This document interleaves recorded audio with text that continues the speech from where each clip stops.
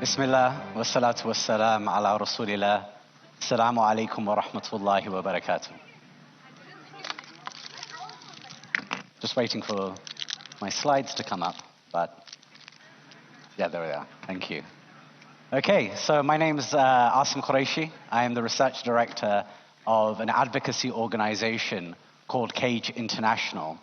We represent the interests of those who have been affected by the policies of the global war on terror after 9/11, specifically our political prisoners. So a lot of my work, for instance, relates to those who have been detained in prisons like Guantanamo Bay. But today, I want to talk to you about narratives and the game of narratives that is out there. First, quickly, write something down, but do not think of an elephant, whatever you do. Now, whatever you wrote, you saw this guy, didn't you? Or at least something that looks like him, almost immediately, right?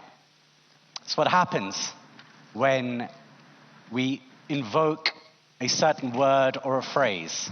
And this is what is called a frame. So our brain, it creates mental structures called frames. And frames, they shape the way that we see the world and almost everything about it. So I want to give you very quickly 5 rules of frames that we should all be thinking about.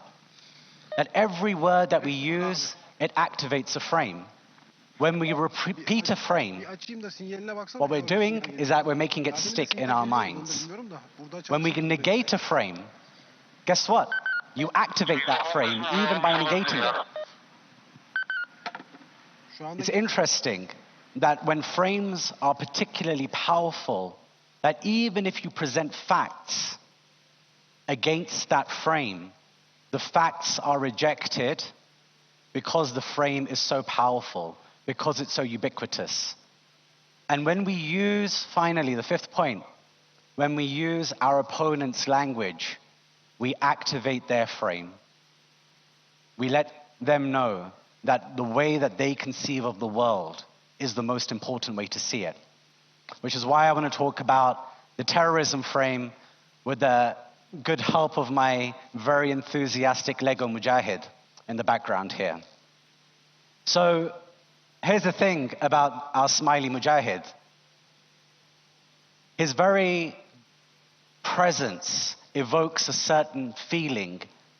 And when we use the word terrorism, largely what happens in our minds is that we conjure the image of such a Lego figure or somebody like him.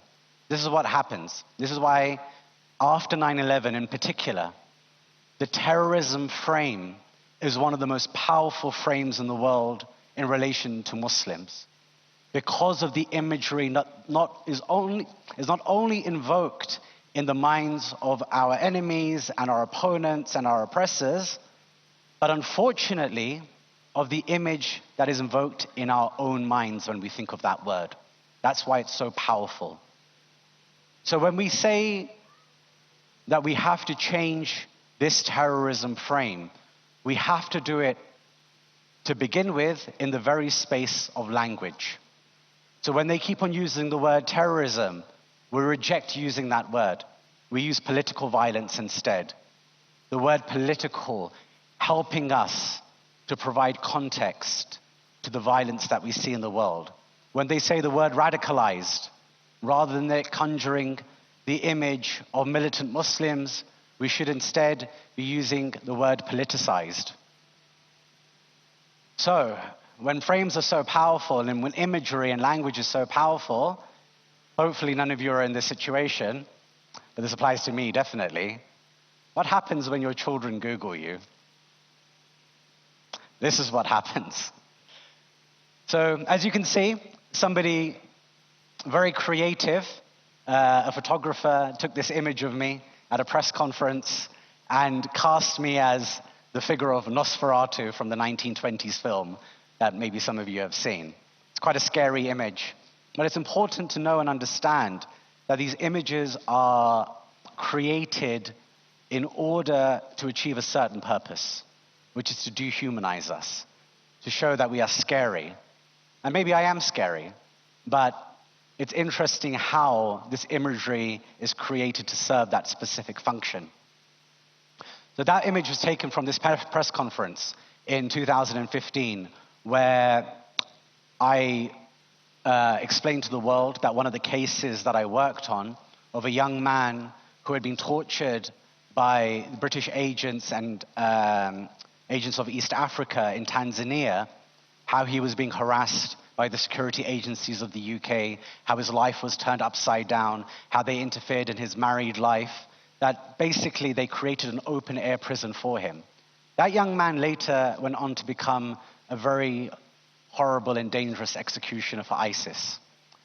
And so we try to explain to the world, what are the ways in which these people can go from being nice young men living on the streets of London to becoming, unfortunately, killers in environments that they should never have been in. But here's the thing.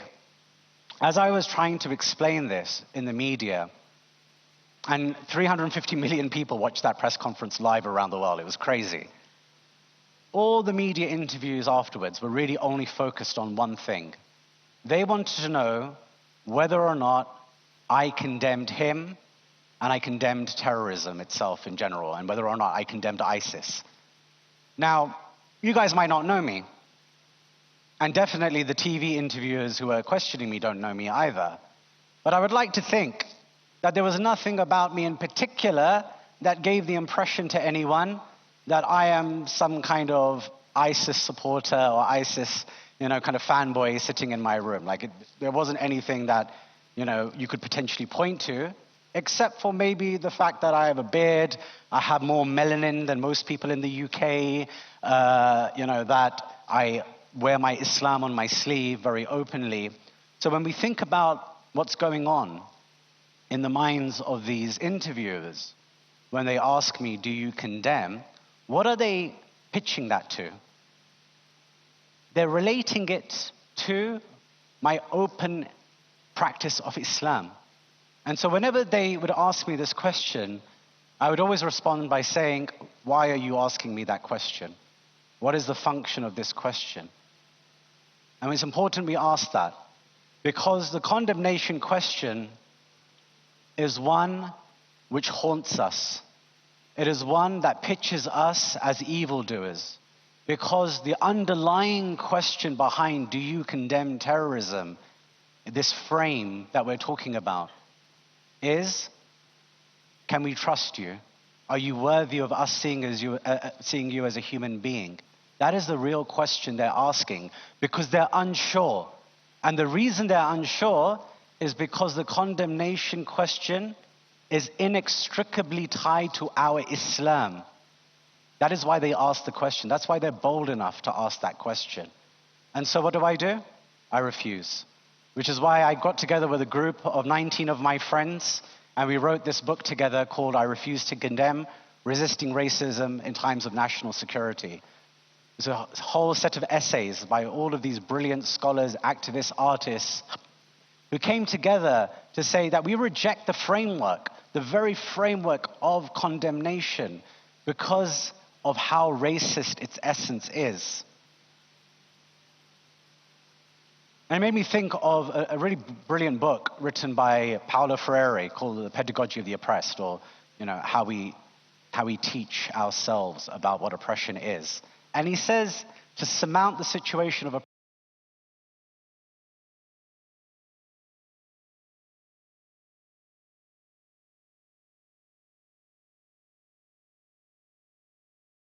pursuit of a fuller humanity. What is Freire saying here?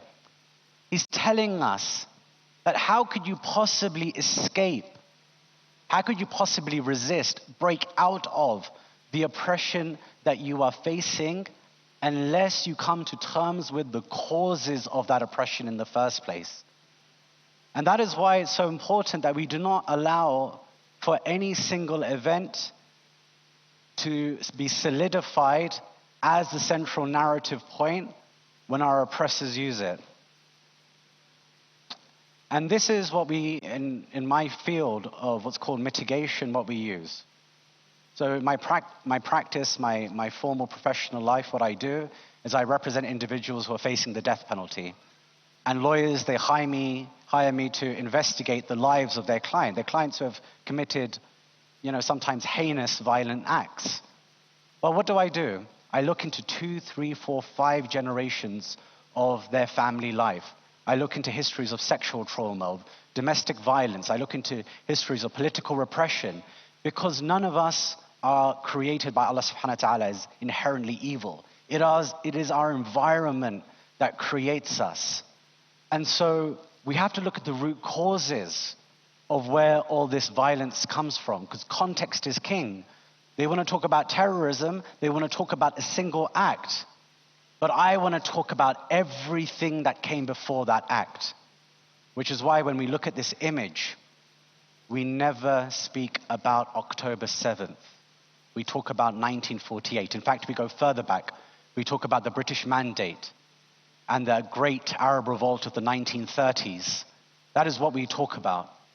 Because to frame this amazing image of a breakout of a concentration camp as 7th October completely undermines everything that the Palestinians have been going through. So whenever anyone asks you about 7th October, you say, that date is meaningless to me, because you need to take me back to the Balfour Declaration in order to have a conversation about what happened on 7th of October. I'm not interested in this conversation otherwise. My kids, they were asking me after October 7th happened, Baba, were they right to do that? And so I narrated to them the story of Abdullah Bin Jash, who was a companion of the Prophet ﷺ. In the Quran, it references this story in the aftermath of the story. So for those of you who maybe don't know the story, Abdullah bin Jash and a group of Sahaba, they killed some of the Quraysh during the 4 forbidden months, where it was agreed by custom, even by the Prophet ﷺ, that there would be no fighting. Right? This was the custom of the Arabs at the time. And Abdullah bin Jash didn't realize that they were within those 4 months, and he accidentally killed some of the Quraysh during this period. Now what happened? What happened was a massive media propaganda campaign by all the other tribes of the Quraysh and surrounding tribes. They said, Muhammad, he's a bloodletter, sallallahu alaihi wasallam. That this prophet, he doesn't honor our treaties, he doesn't honor our customs, he wants to just kill people, that this is a murderous new religion. That was the narrative, not dissimilar to the type of media propaganda that we see today. And the Prophet ﷺ, he was upset with the Sahaba. Himself, he was upset because they had breached a custom that he had so far been respecting. And then Allah subhanahu wa ta'ala reveals this verse in Surah Baqarah. They ask you, O Prophet, about fighting in the sacred months. Say, fighting during these months is a great sin, but hindering others from the path of Allah, rejecting Him, and expelling the worshippers from the sacred mosque is a greater sin in the sight of Allah. For persecution is far worse than killing. Now we know that the word persecution here, the word fitna in the ayah means shirk. But it also means the material conditions of oppression that the Sahaba were facing in this period of time, of hindering people from the path of Allah, of expelling the worshippers from the sacred house. What Allah subhanahu wa ta'ala it's amazing. What He's saying is that, yes, something wrong did happen, but don't get carried away by that moment. Look at the entire context in which that moment happened. Do not forget the context. Now, I would argue, in the case of October the 7th, that no sin was committed anyway. That it's unlike the situation of Abdullah bin Jash, that no sin was committed, but we still must look at the entire context of everything that came before. And so I said to my kids, forget about what happened on October 7th. If we changed the material conditions of all Palestinians before October 7th, do you think it happens? If we go back to 1917 and scrap the Balfour Declaration and scrap the migration, the forced migration of European Jews to the Holy Land, does October 7th happen? Of course, that's the reality. It doesn't, with all of the oppression that took place. So my final slide.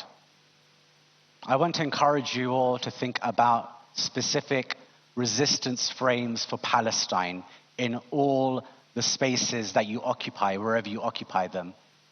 Don't say the word Israel by itself. Always, whenever you invoke Israel, use the words settler colonial apartheid regime. Make sure that it becomes normal. Don't ever say the word Israel as if it's a normal state. Don't say October 7th. Always say Nakba. That is a frame that we should be using. Don't say US's aid to Israel. Say a US-sponsored genocide. Let's change the language that we use. We must refuse to condemn the dispossessed at all times. We must refuse to condemn the oppressed, the mustada'afin, as we're told in Surah Nisa, those who call out for a helper. That is the way that we should operate. People keep on talking about ceasefire now. We must change that frame as well. If you want a real ceasefire now, the best way to achieve a call for ceasefire now is by changing that hashtag to Arm Palestine Now. By changing it to Arm Palestine Now, I guarantee you will see how quickly they come to a ceasefire. So all that's left for me to say is Jazakumullah khair to you all, Jazakumullah khair to the organizers, to all the volunteers. You all have shown such wonderful hospitality to all of us speakers. May Allah subhanahu wa ta'ala bless you all and make dua that every single person in this room becomes a change maker for this deen and for Palestine in particular. And I make dua that Allah subhanahu wa ta'ala grants victory to the intifada. Assalamu alaikum wa rahmatullahi wa barakatuh.